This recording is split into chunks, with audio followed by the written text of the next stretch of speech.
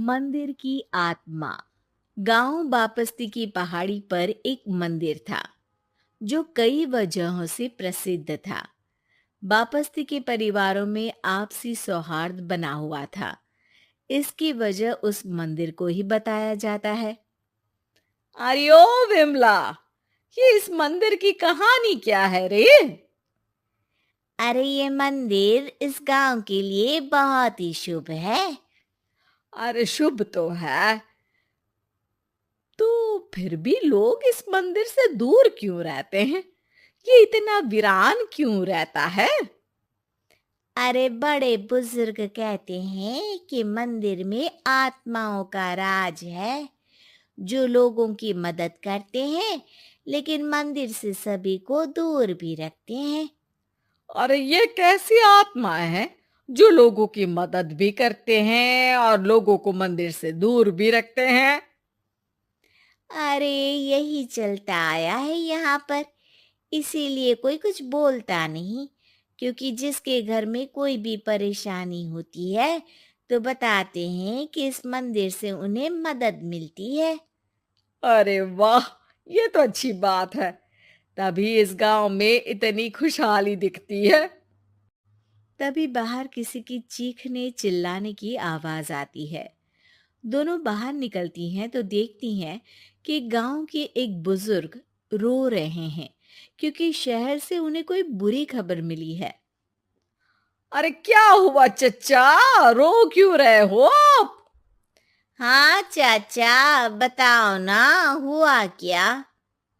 अरे क्या बताऊं बेटे, मेरा बेटा शहर गया हुआ था कमाने, लेकिन आज खबर मिली है कि उसका एक्सीडेंट हो गया। वो अस्पताल में भर्ती है। अरे तो इसमें परेशान होने की क्या बात है चाचा? जाओ शहर और बेटे का इलाज करवाओ। हाँ चाचा, विमला सही कह रही है। आप शहर जाओ और इलाज करवाओ। अरे कैसे इलाज करवाऊं, अभी पैसे नहीं है और शहर के अस्पतालों में इलाज का खर्चा लाखों में आता है। अरे चाचा, भगवान पर भरोसा रखो, कहीं ना कहीं से मदद जरूर मिल जाएगी। बस आज का दिन कैसे भी काट लो। अरे अब तो बेटा थोड़ा समय काटना भी मुश्किल होता जा रहा है। देख कमला, तू ही समझा चाचा को। अरे पैसों का कहीं ना कहीं से इंतजाम तो जरूर हो जाएगा। अरे चच्चा, जब विमला कह रही है तो थोड़ा उस पर भी भरोसा रखो। चलो आपको घर छोड़कर आ जाती हूँ। उसके बाद कमला उन बुजुर्ग को लेकर चली जाती है और विमला मंदिर की ओर चली जाती है। विमला मंदिर की सीढ़ियों पर चढ़ते हुए दूर से नजर आती है। उसके बाद वो आंखों से ओझल हो जाती है। उसी रात उस बुजुर्ग के घर के बाहर एक थैला रखा हुआ मिला। बुजुर्ग उस थैले को देखते ही चौंक पड़ा क्योंकि उसमें 5 लाख रुपए रखे हुए थे। वो बुजुर्ग सुबह दौड़ा दौड़ा गांव के दूसरे बुजुर्गों के पास गया। और मंगल भाई सुनो, मेरे घर के बाहर ये पैसों से भरा बैग रखा हुआ मिला है। अरे किसका है ये भाई?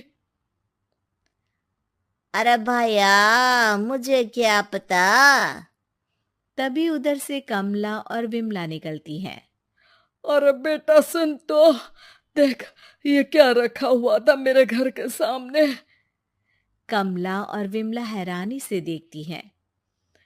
अरे वाह, देख विमला, तूने कहा था ना कि कोई ना कोई मदद जरूर करेगा। अरे भगवान सबकी मदद करते हैं। ये पैसों की मदद भी भगवान ने ही भेजी है। और क्या। अब चच्चा सोच क्या रहे हो, शहर जाओ और बेटे का इलाज करवाओ। ठीक है बेटियों, जो तुम कहो। चलो निकलता हूँ शहर बेटे का इलाज करवाने के लिए। अरे विमला, एक बात तो बता, ये इन्हें मिले तो कैसे मिले पैसे? अरे मैं ना कहती थी कि ये मंदिर सबकी मुसीबतों में मदद भेजता है। अरे वाकई बड़ी पुण्य आत्मा है मंदिर में। सो तो है, लेकिन उनके बारे में लोगों को कम ही पता है। अच्छा, और तुम्हें क्या पता है? अ, जितना पता था वो तो बता दिया।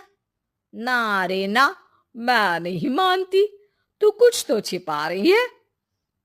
अरे कुछ ना छिपा रही, जो पता था वो बता दिया। मंदिर से लोगों को मदद मिलती है, बस इतना ही पता है। ठीक है बाबा, अब नहीं पूछूंगी। इसके बाद उसी रात कमला चुपचाप अपने कमरे से निकलती है और मंदिर की ओर चल पड़ती है। कमला धीरे धीरे मंदिर के दरवाजे पर पहुंचती है। अंदर से हल्की हल्की रोशनी आ रही थी।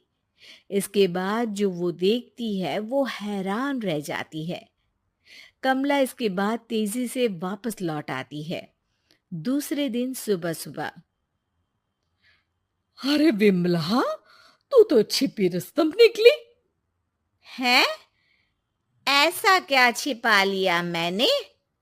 अरे तूने तो भनक ही नहीं लगने दी और चाचा की मदद भी कर दी। हैं? ये क्या कह रही हो? ऐसा कैसे कह सकती हो तुम? मैंने कोई मदद वदद नहीं की। अरे सब पता है मुझे। कल रात मैं गई थी मंदिर। तो क्या देखा? अरे तुम्हारा पति और कुछ लोग वहां दिखे। बोरियों में नोट भरे हुए थे और सभी नोट गिनने में लगे हुए थे। तो तुम्हें क्या लगा? वो क्या कर रहे थे? अरे मैं समझ गई कि वो लोग कहीं से डकैती कर पैसे लेकर यहाँ मंदिर के पीछे छिपाते हैं। अब जब तुम जान ही गई हो तो बता देती हूँ, लेकिन ये बात किसी को पता नहीं लगनी चाहिए। मेरे पति डकैती नहीं डालते हैं, बस उन लोगों से पैसे छीनते हैं जिन्होंने गलत तरीके से पैसे बनाए हैं। और फिर लोगों की मदद करते हैं। यही है वो पुण्य आत्माएं जो लोगों को मदद पहुंचाती है। अब समझी? हाँ, अब समझी उन पुण्य आत्माओं का चक्कर। सही है। करते रहो मदद, लेकिन सावधानी से। मेरी तरह कोई और ना पहुंच जाए।